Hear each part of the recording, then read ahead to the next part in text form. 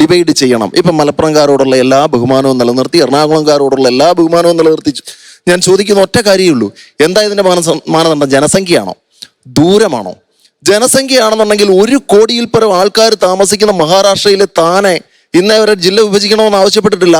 താനയിൽ നടക്കുന്ന ഡെവലപ്മെന്റ് കേരളത്തിലെ ഏതെങ്കിലും ജില്ലയിൽ നടക്കുന്നുണ്ടോ? ഇദ്ദേഹം ഇത് അറിഞ്ഞുകൊണ്ട് പറഞ്ഞതാണെങ്കിൽ കളവാണ്, അല്ലെങ്കിൽ മഹാ അബദ്ധമാണ്. 2014 ഓഗസ്റ്റിലാണ് താനെ ജില്ല വിഭജിക്കപ്പെട്ടത് എന്ന് മാത്രമല്ല 25 വർഷത്തോളമായി ഈ താനെ ജില്ല വിഭജിക്കണമെന്ന ആവശ്യം ശക്തമാണ്. ആവശ്യപ്പെട്ടിട്ടേ ഇല്ല എന്ന് പറയുന്നത് തെറ്റാണ്, അബദ്ധമാണ്. അതിനുശേഷം വിഭജനവും നടന്നിട്ടുണ്ട്. 2014 വിഭജനം നടന്നത്. നിങ്ങൾ ആദ്യം കാണുന്നതാണ് താനെ ജില്ലയുടെ മുമ്പുണ്ടായിരുന്ന മാപ്പ്. അതിൽ പിന്നെ ഡിവൈഡ് ചെയ്തതിന് ശേഷം പൽഘാർ ജില്ല, അത് മുകളിലെ ഭാഗം പൽഘാർ ജില്ലയും താഴെ കാണുന്ന വളരെ ചെറിയ ഭാഗം മുമ്പുണ്ടായിരുന്ന താനെ ജില്ലയുടെ വളരെ ചെറിയ ഭാഗം മാത്രമാണ് ഇന്നത്തെ താനെ ജില്ല എന്ന് മനസ്സിലാക്കുക. ആ പറഞ്ഞത് അബദ്ധമാണ്, അല്ലെങ്കിൽ കളവാണ്. കേരളത്തിൽ 40 ലക്ഷത്തിൽ പരം ആളുകൾ താമസിക്കുന്നു എന്ന് പറയുന്ന മലപ്പുറം ജില്ലയിൽ തിരൂര് വേണം ജില്ലയായിട്ട് അടുത്തത് എന്ന് പറയുമ്പോൾ ഈ ഡിസ്റ്റൻസ് ആണോ അടുത്തത്? ഡിസ്റ്റൻസ് ആണെന്നുണ്ടെങ്കിൽ നിലവിലുള്ള മലപ്പുറം ജില്ലയുടെ ഡിസ്ട്രിക്ട് ഹെഡ്ക്വാർട്ടേഴ്സിൽ നിന്ന് 27 കിലോമീറ്റർ മാത്രമേ തിരൂരിനുള്ളൂ. എന്നാൽ എന്തുകൊണ്ട് നിലമ്പൂർ ആയിക്കൂടാ? എന്നാൽ 65 കിലോമീറ്റർ അപ്പുറത്തുള്ള നിലമ്പൂരുണ്ടല്ലോ. ഇത് മറ്റൊരു അബദ്ധമാണ്.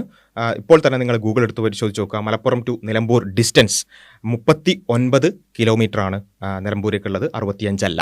അപ്പോൾ ഞാൻ പറഞ്ഞു വന്നത് വളരെ വൈറലായൊരു റീലാണ് ജില്ലാ വിഭജനത്തെ എതിർക്കാൻ വേണ്ടി. പക്ഷേ ആ പറഞ്ഞതിൽ പലതും അർദ്ധസത്യങ്ങളോ അബദ്ധങ്ങളോ അല്ലെങ്കിൽ അസത്യങ്ങളോ ആണ് എന്നുള്ളത് നമ്മൾ മനസ്സിലാക്കേണ്ടതുണ്ട്. ഇങ്ങനെ ജില്ലാ വിഭജനത്തെ എതിർക്കാൻ ഇദ്ദേഹം പറയുന്ന ഒരുപാട് ന്യായങ്ങൾ ഈ രൂപത്തിൽ നമുക്ക് കാണാൻ സാധിക്കും. അതിലൊക്കെ ഇത്തരത്തിലുള്ള അബദ്ധങ്ങൾ ഒരുപാട് അതിൽ കാണാൻ സാധിക്കും. അതിന്റെ ബാക്കി ഭാഗങ്ങൾ കൂടി പരിശോധിച്ചതിന് ശേഷം നമുക്കത് പരിശോധിക്കാം. അടിസ്ഥാനപരമായിട്ട് ഈ ജില്ല എന്താണ് എന്നൊന്ന് മനസ്സിലാക്കണം. ഇവിടെ ഇർഷാദും എന്റെ സ്നേഹിതൻ ജില്ല ഇൻവെസ്റ്റ്മെന്റ് ആണ് എന്ന് പറയുമ്പോൾ ജില്ല ഇൻവെസ്റ്റ്മെന്റ് ആണോ എക്സ്പെൻഡിച്ചർ ആണോ? ബേസിക്കലി എന്താണ് ജില്ല? ജില്ല നിയമപരമായിട്ട് ജില്ലയുടെ ഡെഫിനിഷൻ എവിടെ പറയുന്നു? ഇത് കോൺസ്റ്റിറ്റ്യൂഷനിൽ പറയുന്നില്ല. അതായത് ഭരണഘടനയിൽ പറയുന്നൊരു സംവിധാനമേ അല്ല ജില്ല. പലപ്പോഴും ഇവിടെ പറഞ്ഞു വന്നപ്പോൾ ഇത് ഇന്ന സംസ്ഥാനത്തിന് ഇത്ര ജില്ലകളുണ്ട്, ഈ ജില്ലകൾ കൊടുക്കുന്ന കേന്ദ്ര ഗവൺമെന്റ് ഒന്നും അല്ല. ജില്ല എന്ന് പറയുന്ന ഒരു എക്സിക്യൂട്ടീവ് ഡിസിഷനിൽ തയ്യാറാക്കപ്പെടുന്ന ഭരണ സംവിധാനത്തിന്റെ സൗകര്യത്തിന് വേണ്ടി തയ്യാറാക്കപ്പെടുന്ന ഒരു ബോഡി മാത്രമാണ്.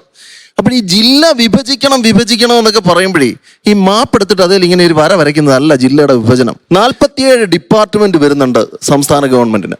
ഈ 47 ഡിപ്പാർട്ട്മെന്റിനും പാരലായിട്ട് ഡിസ്ട്രിക്ട് വൈസ് ഓഫീസസ് വരുന്നുണ്ട്. ഒരു ജില്ലാ വിഭജനം എന്ന് പറയുമ്പോൾ കളക്ടറേറ്റ് വിഭജിക്കുന്നത് മാത്രമല്ല, അതിനപ്പുറത്തേക്ക് ഡിസ്ട്രിക്ട് പോലീസ് ചീഫ്, DMOയുടെ office, district education office, district രജിസ്ട്രാറുടെ ഓഫീസ്, ജില്ലാ കോടതികള്, പാരലായിട്ട് 27-30ഓളം സംവിധാനങ്ങൾ ഡിവൈഡ് ചെയ്യപ്പെടുകയാണ്. ഒരു ജില്ലാ കളക്ടറേറ്റ് ഡിവൈഡ് ചെയ്യപ്പെടുമ്പോൾ 250 മുതൽ 300ഓളം സ്റ്റാഫ് അവിടേക്ക് വേണം. ഒരു മാസത്തെ എക്സ്പെൻഡിച്ചർ മാത്രം staff salary near about 3 to 4 crores ആണ് വരുന്നത്. എസ്റ്റാബ്ലിഷ്മെന്റ് ഇൻവെസ്റ്റ്മെന്റ് തന്നെ വരുന്ന 1000 to 1500 crores. എന്താ ഇതിന്റെ മാനദണ്ഡം? ഇത്രയും ചെലവ് വരും, ഇത്രയും ഉദ്യോഗസ്ഥർ വരും, അതുകൊണ്ട് ജില്ലാ വിഭജനം വേണ്ട എന്നുള്ളതാണ്. അതൊന്ന് തിരിച്ച് ചിന്തിച്ച് നോക്കിയേ. ഇത്രയും ഉദ്യോഗസ്ഥർ ഈ ജനങ്ങളെ സേവിക്കാൻ വേണം. ഇപ്പോൾ ആ വിഭജനം നടക്കാതെ അത്രയും ആളുകൾക്ക് ഒരു കളക്ടറേറ്റ് ആണുള്ളത് എന്നുണ്ടെങ്കിൽ അത്രയും ആളുകൾക്ക് അത്രയും ഉദ്യോഗസ്ഥരുടെ സേവനം ലഭിക്കുന്നില്ല എന്നുള്ളതാണ് അർത്ഥം. ഉദാഹരണത്തിന് പത്തനംതിട്ട ജില്ലയുടെ കളക്ടറേറ്റ് സേവനം ചെയ്യുന്നത് 11 ലക്ഷം പേർക്കാണ്. മലപ്പുറം ജില്ലയുടെ കളക്ടറേറ്റ് സേവനം ചെയ്യുന്നത് 50 ലക്ഷം പേർക്കാണ്. എന്ന് വെച്ചാൽ 11 ലക്ഷം പേർക്ക് ഈ പറഞ്ഞ കോടികളും ഉദ്യോഗസ്ഥരും എല്ലാം സേവനം ചെയ്യുന്നത് 11 ലക്ഷം പേർക്കാണ്. അതേ സംവിധാനം മലപ്പുറത്ത് സേവനം ചെയ്യുന്നത് 50 ലക്ഷം പേർക്കാണ്. എന്ന് വെച്ചാൽ ആ ഉദ്യോഗസ്ഥർ ആവശ്യമാണ്. അവിടെ ആ ഉദ്യോഗസ്ഥരും സ്ഥാപനങ്ങളും എല്ലാം ആവശ്യമാണ്. ഇത്രയും ജനങ്ങൾക്ക് അത് കിട്ടുന്നില്ല എന്നുള്ളതാണ് അതിൻ്റെ അർത്ഥം. എന്ന് വെച്ചാൽ ഇദ്ദേഹം പറയുന്ന ഈ ന്യായങ്ങളെല്ലാം യഥാർത്ഥത്തിൽ കൃത്യമായി പരിശോധിച്ച് നോക്കിയാൽ, ഡാറ്റ വെച്ച് പരിശോധിച്ച് നോക്കിയാൽ മലപ്പുറം ജില്ലാ വിഭജനം മാത്രമല്ല കേരളത്തിൽ തന്നെ മറ്റ് പല ജില്ലകളും വിഭജിക്കണം എന്നുള്ളതിൻ്റെ കൃത്യമായ സൂചനകളാണ് എന്നുള്ളത് നമുക്ക് മനസ്സിലാക്കാം. ഇദ്ദേഹം താനെ ജില്ലയാണ് ഇതിന് ഈ പറഞ്ഞ വാദങ്ങളുടെയൊക്കെ ഒരു ഉദാഹരണമായി ഇദ്ദേഹം തന്നെ പറഞ്ഞത്. ഇദ്ദേഹം തന്നെ ഉന്നയിച്ച വാദമാണ്, ആരെങ്കിലും ചോദിച്ചപ്പോൾ മറുപടി പറഞ്ഞൊന്നുമല്ല. അതുകൊണ്ട് അദ്ദേഹം തന്നെ അറിഞ്ഞുകൊണ്ട് പറഞ്ഞതാണെന്ന് തന്നെ ഞാൻ മനസ്സിലാക്കുന്നത്. അപ്പോൾ ഈ താനെ ജില്ലയെക്കുറിച്ച് നമ്മൾ നേരത്തെ തന്നെ പറഞ്ഞു. 2014 ഡിവൈഡ് ചെയ്ത ഒരു ജില്ലയാണ് താനെ ജില്ല എന്ന് പറയുന്നത്. ഇപ്പോൾ നമുക്ക് കാണാൻ സാധിക്കുന്നത് ആ മുൻപുണ്ടായിരുന്ന ജില്ലയുടെ താഴെ ഭാഗത്തുള്ള വളരെ ചെറിയ ഭാഗം മാത്രമാണ് പുതിയ താനെ ജില്ലയിലുള്ളത്. അപ്പോൾ പൽഘർ ജില്ലയിൽ 8 താലൂക്കുകളും താനെ ജില്ലയിൽ താനെ കല്യാൺ പോലെയുള്ള ഉല്ലാസ് നഗർ പോലെയുള്ള പ്രദേശങ്ങൾ അടങ്ങുന്നതാണ് പുതിയ താനെ ജില്ല എന്ന് പറയുന്നത്. ഇവിടെ നമ്മൾ പരിശോധിച്ച് നോക്കേണ്ടത് അങ്ങനെയാണെങ്കിൽ പോലും ഒരു പക്ഷേ പറഞ്ഞ ജനസംഖ്യയാണോ മാനദണ്ഡം എന്നുള്ള ഒരു ചോദ്യം അവിടെ വീണ്ടും ഉയർന്നു വരാനുള്ള സാധ്യതയുണ്ട്. കാരണം പുതിയ താനെ ജില്ലയിലും ഒരുപാട് ജനങ്ങളുണ്ട്, ജനസംഖ്യ കൂടുതൽ തന്നെയാണ്. ഇവിടെയാണ് നമ്മൾ ഇദ്ദേഹം പറഞ്ഞ വാദം തന്നെ പരിശോധിച്ച് നോക്കുക. ഭരണഘടനയിലോ അല്ലെങ്കിൽ വേറെ എവിടെയെങ്കിലോ ഇത്ര ജനസംഖ്യയുണ്ടെങ്കിൽ അല്ലെങ്കിൽ ഇത്ര ദൂരമുണ്ടെങ്കിൽ ജില്ല വിഭജിക്കണം എന്ന് കൃത്യമായി ഡിഫൈൻ ചെയ്തതായിട്ട് നമുക്ക് കാണാൻ സാധിക്കില്ല. അവിടെ തന്നെയാണ് ഇദ്ദേഹം പറയുന്നതിൻ്റെ കൃത്യമായ ഉത്തരവും. കാരണം ഇവിടെ ഈ ജില്ലകൾ പരിശോധിച്ച് നോക്കുമ്പോൾ അല്ലെങ്കിൽ ഈ പ്രദേശങ്ങൾ പരിശോധിച്ച് നോക്കുമ്പോൾ നമ്മൾ ആദ്യം മനസ്സിലാക്കേണ്ടത് ഏർബൻ റൂറൽ എന്ന് പറയുന്ന എന്ന് വെച്ചാൽ നഗരപ്രദേശങ്ങൾ ഗ്രാമപ്രദേശങ്ങൾ എന്ന് പറയുന്ന ഈ വ്യത്യാസം മനസ്സിലാക്കാതെ ഇങ്ങനെ കണക്ക് പരിശോധിച്ച് നോക്കിയാൽ ഒരുപക്ഷെ നമുക്കും തോന്നും ഇത് പറയുന്നത് ഫാക്റ്റ് ആണല്ലോ എന്നുള്ളത്. കാരണം ഇനി പുതിയ താനെ ജില്ല പരിശോധിച്ച് നോക്കിയാൽ തന്നെ അവിടെയും ലക്ഷക്കണക്കിന് ഈവൻ മലപ്പുറം ജില്ലയേക്കാൾ കൂടുതൽ ജനസംഖ്യയുണ്ട്. എന്നിട്ട് എന്തുകൊണ്ട് പുതിയ താനെ ജില്ല വിഭജിക്കുന്നില്ല? ഓൾറെഡി വിഭജിച്ചിട്ടുണ്ട്, എന്നിട്ട് പുതിയ താനെ ജില്ല വിഭജിക്കുന്നില്ല എന്നാണ് ചോദ്യം എന്നുണ്ടെങ്കിൽ പൂനെ ഈ പറഞ്ഞ താനെ എന്ന് പറയുന്നത് വളരെ ഏർബനൈസ്ഡ് ആയിട്ടുള്ള ഒരു സിറ്റിയാണ്. ഒരുപാട് മെട്രോ സിറ്റീസാണ് യഥാർത്ഥത്തിൽ ഇവിടെ ഉള്ളത് എന്നുള്ളതാണ് ഒന്നാമത് നമ്മൾ മനസ്സിലാക്കേണ്ടത്. ഏർബൻ സിറ്റീസിനെ സംബന്ധിച്ചിടത്തോളം അവിടെ ഫ്ലാറ്റുകളായിട്ടും അതേപോലെ തന്നെ മൈഗ്രൻ്റ് വർക്കേഴ്സായിട്ടും ഒക്കെ അവിടെ പോപ്പുലേഷൻ കൂടും.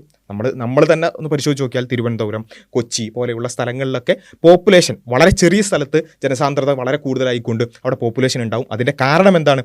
അവിടെ ജോലിയും അല്ലെങ്കിൽ ഓഫീസുകളും സ്ഥാപനങ്ങളും എല്ലാം കൂടുതലായതുകൊണ്ടാണ് എന്നുള്ളത് നമുക്ക് മനസ്സിലാക്കാൻ പറ്റുന്ന ഒരു കാര്യമാണ്. ഇനി ഈ താനെ ജില്ലയുമായി പരിശോധിച്ച് നോക്കിയാൽ തന്നെ ഇതിനെ മലപ്പുറം ജില്ലയായിട്ട് കമ്പയർ ചെയ്തിട്ട് താനെ വിഭജിച്ചിട്ടില്ല എന്നൊരു അബദ്ധം പറഞ്ഞു അല്ലെങ്കിൽ കളവ് പറഞ്ഞു, എന്നിട്ടാണ് മലപ്പുറത്തിന് അത് ആവശ്യമില്ല എന്ന് ഇദ്ദേഹം സ്ഥാപിക്കാൻ ശ്രമിക്കുന്നത്. എന്നാൽ ഈ താനെ ജില്ലയിലേക്ക് നമ്മൾ പരിശോധിച്ച് നോക്കിയാൽ അവിടെ 6 മുനിസിപ്പൽ കോർപ്പറേഷനുകളാണ് ഈ താനെ ജില്ലയിലുള്ളത്.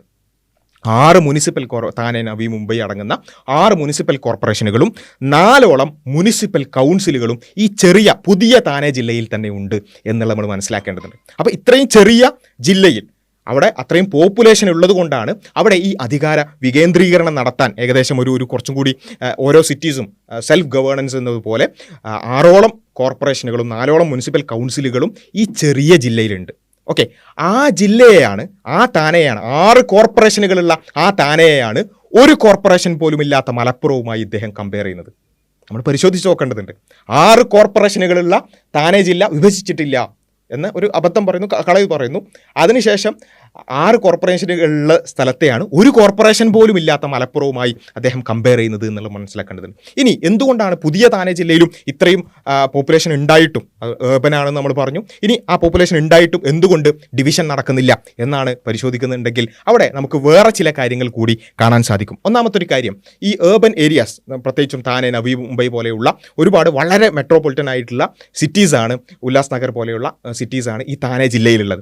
ഇവിടെ ഈ സിറ്റീസ് തമ്മിൽ അവിടെ ഒരു കണ്ടിജിയസ് ആയിട്ടുള്ള ബെൽറ്റ് ഉണ്ടെങ്കിൽ അത് കുറച്ചുകൂടി ഗവേണൻസിനും മറ്റു കാര്യങ്ങൾക്കൊക്കെ ഈസിനെസ് ഉണ്ടാവും. ഇപ്പോൾ ട്രാൻസ്പോർട്ട് ആണെങ്കിലും മെട്രോ പോലെയുള്ള കാര്യങ്ങൾ കാണുന്നുണ്ടെങ്കിലൊക്കെ അടുത്തടുത്തുള്ള സിറ്റീസ് തമ്മിൽ അത് ഒരു ജില്ലയിലാണെങ്കിലുള്ള ഗവേണൻസിൻ്റെ ഈസിനെസ് എന്നുള്ളതും ഏർബൻ ഏരിയാസിൽ പ്രത്യേകമായിട്ടും വരും. ഇപ്പോൾ ഉദാഹരണത്തിന് നമുക്ക് മനസ്സിലാവാൻ വേണ്ടിയിട്ട് കമ്പയർ ചെയ്യാൻ പറ്റുന്നതല്ലെങ്കിലും ഒരു ഉദാഹരണം പറയാം.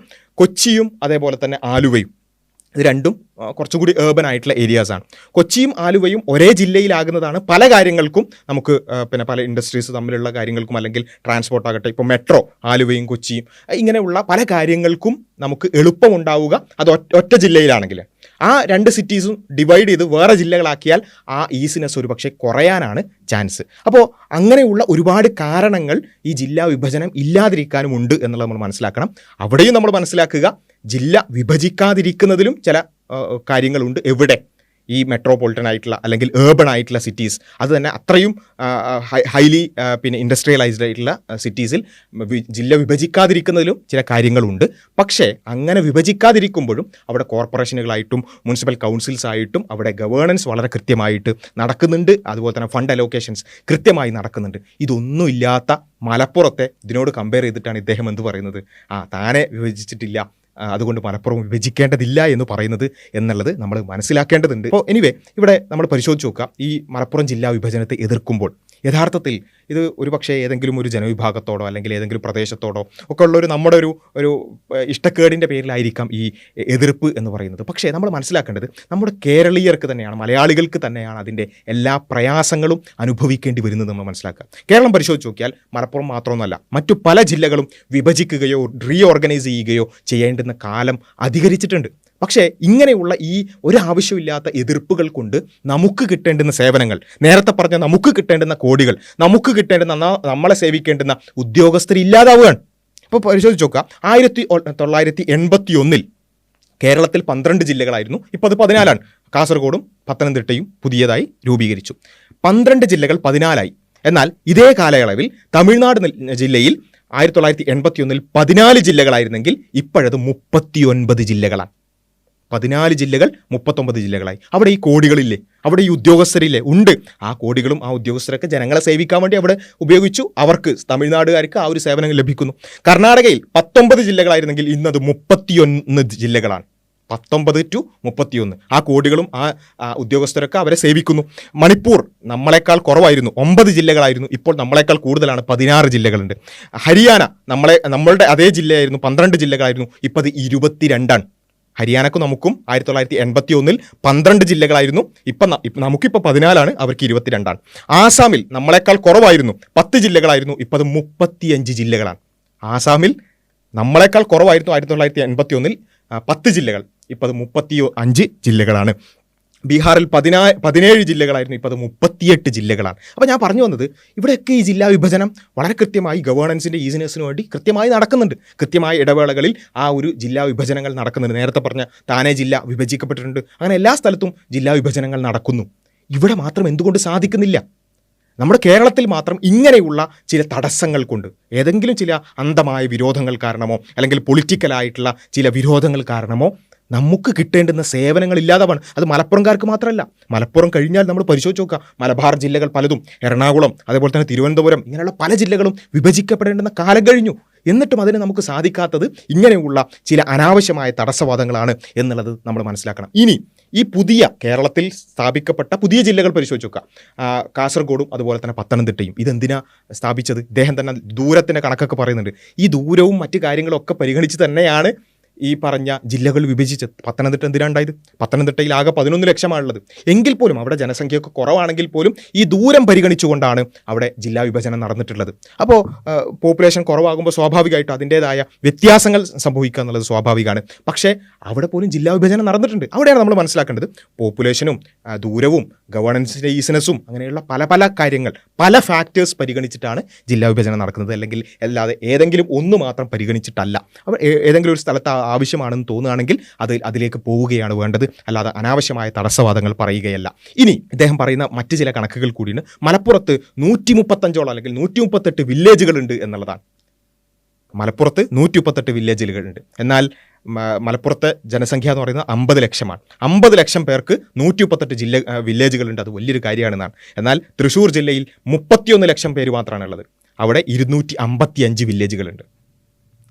അവിടെ ഒരു കോർപ്പറേഷൻ കൂടിയുണ്ട്. അപ്പോൾ എനിവേ 31 ലക്ഷം പേർക്ക് 255 വില്ലേജ്, 50 ലക്ഷത്തിലധികം പേർക്ക് 138 വില്ലേജ്. അതേപോലെ തന്നെ 50 ലക്ഷം ആളുകളുള്ള മലപ്പുറത്ത് 7 താലൂക്കുകളാണുള്ളത്. 11 ലക്ഷം അല്ലെങ്കിൽ 12 ലക്ഷത്തോളം ആളുകൾ മാത്രമുള്ള പത്തനംതിട്ടയിൽ 6 താലൂക്കുകളാണുള്ളത്. അപ്പോൾ ഇവിടെയൊക്കെ നമ്മൾ പരിശോധിച്ച് നോക്കിയാൽ വളരെ കൃത്യമായ വ്യത്യാസം നമുക്ക് കാണാൻ സാധിക്കും. ഇത് തന്നെയാണ് മലപ്പുറം ജില്ലാ വിഭജനവുമായി ബന്ധപ്പെട്ടുകൊണ്ട് ആളുകൾ ഉയർത്തുന്നത്. ഈ തിരൂരുവാണോ നിലമ്പൂരുവാണോ, ആ വ്യത്യാസങ്ങൾ അല്ലെങ്കിൽ അത്തരത്തിലുള്ള കാര്യങ്ങളൊക്കെ തീർച്ചയായും അതൊക്കെ ചർച്ച ചെയ്യാവുന്നതാണ്. എവിടെയാണ് ജില്ല വിഭജിക്കേണ്ടത്, എപ്പോഴാണ് കൂടുതൽ എഫക്റ്റീവ്നെസ് ഉണ്ടാവുക, എപ്പോഴാണ് റീഓർഗനൈസ് ചെയ്യപ്പെടേണ്ടത്, ഇങ്ങനെയുള്ള കാര്യങ്ങളൊക്കെ ചർച്ച ചെയ്യേണ്ടത് തന്നെയാണ്. പക്ഷേ ആ ചർച്ചകളൊക്കെ ജില്ലാ വിഭജനം എത്ര എഫക്റ്റീവായി നടത്താമെന്ന് മാത്രമാണ്, അല്ലാതെ അത് തടസ്സപ്പെടുത്താനുള്ള ന്യായങ്ങളല്ല നമ്മൾ മനസ്സിലാക്കുക. അവിടെയും നമ്മൾ മനസ്സിലാക്കുക, ജനസംഖ്യ താരതമ്യം ചെയ്താൽ 2011 സെൻസസ് എടുത്തു നോക്കിയാൽ ഏകദേശം 8ഓളം സംസ്ഥാനങ്ങളെക്കാൾ പോപ്പുലേഷനുള്ള ഒരു ജില്ലയാണ് മലപ്പുറം എന്ന് പറയുന്നത്. സിക്കിം, മിസോറാം, അരുണാചൽ, അതേപോലെ തന്നെ ഗോവ, നാഗാലാൻഡ്, മണിപ്പൂർ, മേഘാലയ, ത്രിപുര പോലെയുള്ള 8ഓളം സംസ്ഥാനങ്ങളെക്കാൾ പോപ്പുലേഷൻ എവിടെയുണ്ട്? മലപ്പുറത്തുണ്ട്. അപ്പോൾ ത്രിപുരയിൽ 37 ലക്ഷമാണ് ആകെ ഉള്ളത്. മലപ്പുറത്ത് അത് 41 മുതൽ അല്ലെങ്കിൽ ഏകദേശം 50 ലക്ഷത്തോളം ആളുകളാണ്. അപ്പോൾ ഈ സെൻസസ് വെച്ചിട്ടാണെങ്കിൽ 41 ലക്ഷം. അപ്പോൾ ഞാൻ പറഞ്ഞു വരുന്നത്, ഇത്രയും ആവശ്യമുള്ള അത് നമ്മുടെ ഹെൽത്ത് സെക്ടർ എടുത്ത് നോക്കുകയാണെന്നുണ്ടെങ്കിലും അതേപോലെ തന്നെ വിദ്യാഭ്യാസം എടുത്ത് നോക്കുകയാണെങ്കിലൊക്കെ ഓരോ വർഷവും ഈ +1 സീറ്റിൻ്റെ വിഷയവും മറ്റു കാര്യങ്ങളൊക്കെ കടന്നു വരുമ്പോൾ നമുക്ക് തന്നെ ബോധ്യമുള്ള ഒരു കാര്യമാണ് ജില്ലാ വിഭജനം അത്യന്താപേക്ഷികമാണ് എന്നുള്ളത്. അതിനെ അനാവശ്യമായ തടസ്സവാദങ്ങൾ പറഞ്ഞ് അതേപോലെ തന്നെ അസത്യങ്ങളും അർദ്ധസത്യങ്ങളും പറഞ്ഞുകൊണ്ട് അതിനെ തടസ്സപ്പെടുത്താതിരിക്കുക. നമുക്കെല്ലാവർക്കും ആവശ്യമുള്ള ഫണ്ടും ഉദ്യോഗസ്ഥരുമാണ് അതിലൂടെ തടസ്സപ്പെടുന്നത് എന്നുള്ളത് നമ്മൾ മനസ്സിലാക്കുക. അദ്ദേഹം ചോദിച്ചൊരു ചോദ്യം ഒന്നുകൂടി നമ്മൾ എടുക്കുക.